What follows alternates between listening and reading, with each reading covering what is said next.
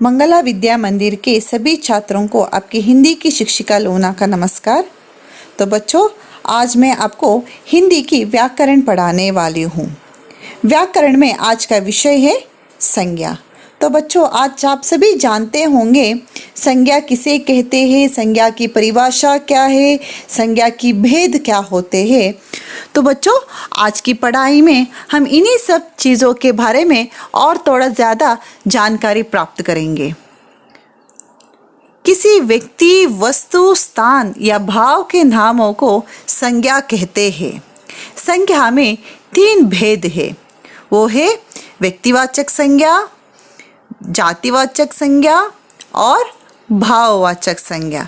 तो बच्चों, हम संज्ञा की इन्हीं 3 भेदों को अभी पढ़ेंगे।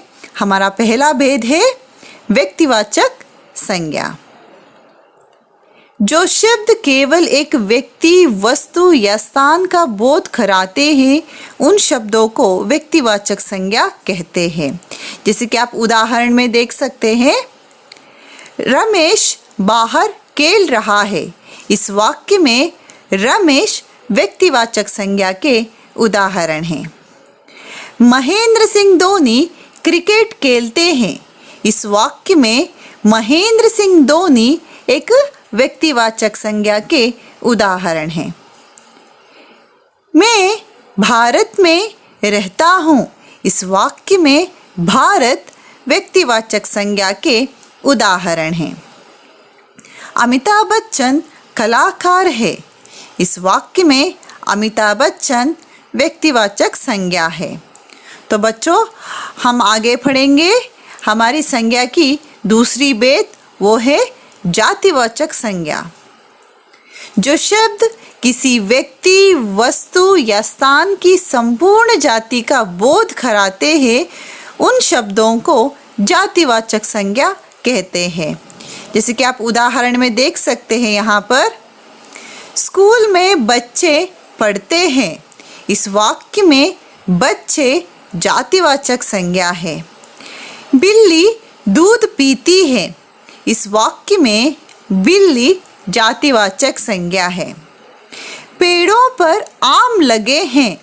इस वाक्य में पेड़ एक जातिवाचक संज्ञा की उदाहरण है। राम पौधों को पानी देता है। इस वाक्य में पौधा एक जातिवाचक संज्ञा के उदाहरण है। तो बच्चों, अभी हम पढ़ेंगे संज्ञा की आखिरी भेद, वो है भाववाचक संज्ञा। जो शब्द किसी चीज या पदार्थ की अवस्था, दशा या भाव का बोध कराते हैं, उन शब्दों को भाववाचक संज्ञा कहते हैं। तो बच्चों, हम उदाहरण देखेंगे। ज्यादा दौड़ने से मुझे थकान हो जाती है।